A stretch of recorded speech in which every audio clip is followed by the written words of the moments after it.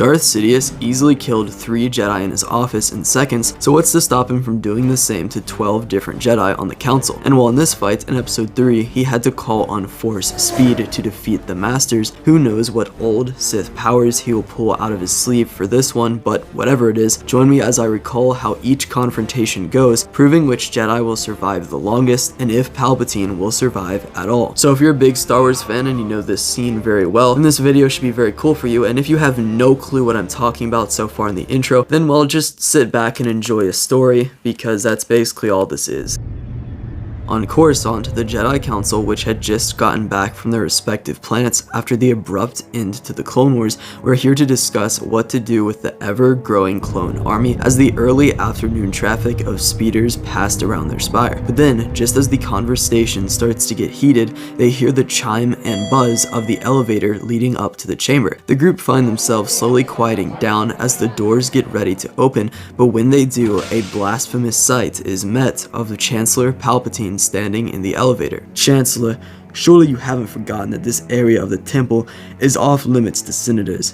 You're out of your element this time." "Oh, I think you'll find this to be one of many surprises today, Master Jedi." He then walks forward slowly. "We were just talking about how now that the war is over, there is no reason for you to be keeping your emergency powers." "Yeah, about that." Then Darth Sidious pulls out 2 red lightsabers, turning the blades on and holding them at his sides. "You Jedi are becoming too powerful for your own good. My last step into Emperor of the Galaxy is to eliminate you just like I eliminated the last pests of the CIS. After this afternoon, all clone units will destroy the Republic, and also Anakin is heading here now to finish whatever is left." In response, the Masters start to stand up and ignite their own swords, ranging from blue to green to even purple. A grave mistake you were making. Turn back now, you still can. Answer this riddle. Slowly but surely, the Jedi walk towards Palpatine, edging their way forwards and closing a tight ring around him. The tension in the Force is immense in all corners of the room, and Palpatine's eyes dart from master to master, allowing him to plan his exact moves. A Jedi exhales, another feels sweat drip down from his brow, and all the while, Palpatine digs his feet into the floor, ready to pounce. Then, Sidious sends a huge Force scream in the direction of the most deadly Jedi on the side of the room with Yoda, Mace, and Plo.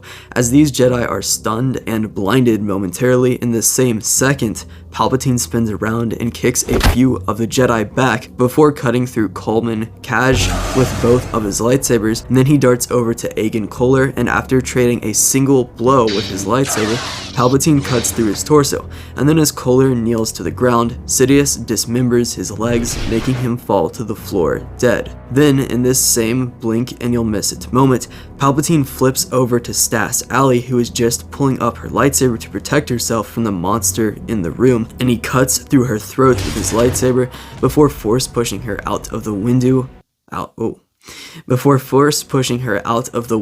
into oblivion below. Then, with 3 of the 11 Jedi out of the way, and with Anakin also arriving to the district shortly, Sidious focuses all of his strength into trimming down the other 8 Jedi that are currently around him. At this same time, Mace and the other dazed Jedi look back up to discover 3 Jedi bodies that seconds ago were their friends surrounding Palpatine. And then, as all 8 of them rush Palpatine to engage in combat, he meets this quantifiable attack by spinning his own lightsaber blades in a way that looks just like General Grievous on Utapau and causes no hits to get close to his core. At one point, Yoda runs along the side of one of the windows as Palpatine's frenzy follows him like a chainsaw. So to answer the question of how he would block so many attacks from all these different Jedi Masters, basically, Palpatine just calls on every skill he knows, but then Mace feels from Palp's dark side and grabs for his wrist at just the right moment, which stops Sidious, and then Mace lets go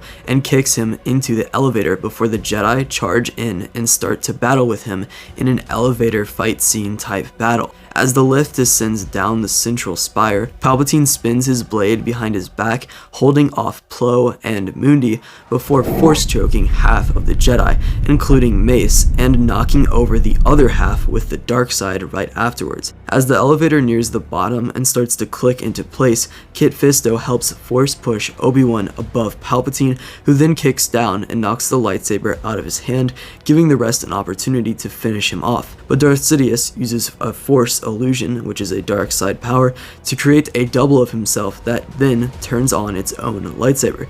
Then Palpatine dissipates this illusion and turns back on his own two lightsabers, spinning them around him as he and the group of Jedi exit the door of the elevator onto a lower level of the temple. One of the lowest, to be exact. So for reference, they would now be in an area similar to what we see during Order 66, when there's a bunch of clones shooting at the Jedi in the temple. Mace cuts one of Sidious's hilts out of his hand, which leaves the Dark Lord with one red blade that he is of course also skilled heavily at, as we see in Revenge of the Sith. But then as the elevator shaft across from the one they used to come down is full with another lift, speeding down the tracks in plain view of the group, Palpatine grabs Ki-Adi-Mundi with the Force and then pushes him into the moving elevator, which disintegrates the Syrian Jedi right after he yells, and right before Sidious turns around and twirls back into combat yet again.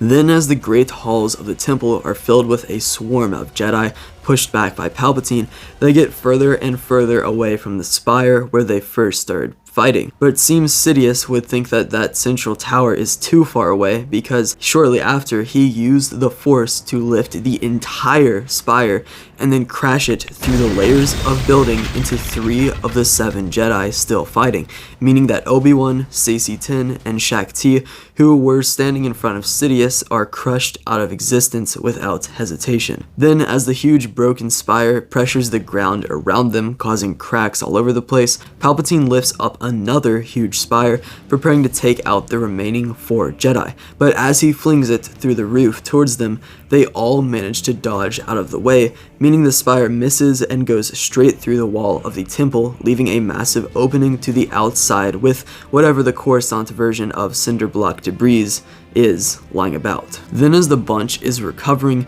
2 random Jedi, disturbed by the commotion, run up to deal with Palpatine, who flings the 2 weak fools into a nearby pillar, destroying them. Kit Fisto then gets up and runs forward to take on Palpatine, who sends Force lightning to throw the Nautolan Jedi into the sky before he explodes. Then after unleashing a massive string of Force lightning, Palpatine moves to the outside of the temple, where their fight continues with just Plo Koon, Mace Windu, and Yoda, where he tries to thin out to the crowd even more. So yeah, I get that there would be a bunch of random Jedi all around the temple, and you might be asking, why isn't this video like Palpatine versus 1,000 Jedi?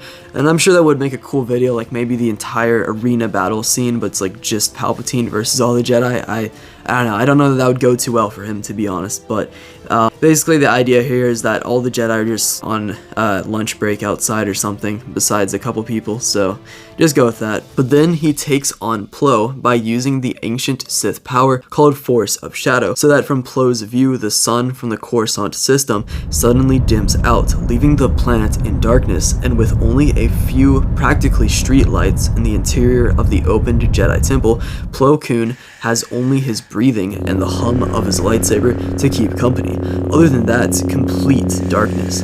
But then, like a shadow with a brief glimpse of red, Sidious moves from in front to under to behind Plo, cutting through the Master, who stands no chance against the Soon Emperor. Finally, with just Mace and Yoda, the fight continues even more intense than ever, with all 3 fighting for the fate of the galaxy, which seems to be hopeless any way the Jedi look at it. Or perhaps that's just the dark side clouding everything. But just as the fight makes its way to the entrance courtyard of the temple, out of nowhere finally arrives the Chosen One, Anakin, in a turned over transport, which he then climbs out of. Then he walks up to the trio fighting to observe and contemplate. "Oh, great, Anakin. Surely now you see that you need me. The Jedi are taking over." "Actually, you told me to report you to the Jedi Council, which I plan to do." Dead? The council is, you little Well, I suppose now it just depends on whether you really care about Padme, or if you're willing to break free, push past the limit to achieve true and just power. My trust in you, Skywalker. Don't forget my trust. Then Palpatine cuts lightly through Mace's lower ribcage, and he then falls over as Palpatine stands there with his robes billowing in the wind, as you can see massive plumes from smoke in the distance behind them. Then as the Sith stands over the two Jedi, there is no wonder the duel is coming to an end. I know what I have to do. I'm sorry. So naturally, Anakin turns on his lightsaber to make the move and stab through the back of Palpatine, killing the Sith Lord that has been controlling the Separatist, Republic, and more behind the scenes for years and lied to Anakin about saving his wife, only to come to the temple and kill all of the Jedi. So with a blue blade through his back, Palpatine falls to the 12th Council member, who is now granted the rank of Master. Later, the Jedi would issue a warning throughout the galaxy to all Jedi to return to the temple before the inhibitor chips are activated, which then allows the Jedi and Jedi loyalists like senators including Padme and Bail Organa to send a strike team to Kamino and destroy the commands for future clones to be made. So then Palpatine and the clones are defeated, and all background Jedi have also left now, so it's just the main figureheads leading this party, like Mace, Yoda, Anakin. You got all you need. Obi-Wan, admittedly, he's in a little bit of,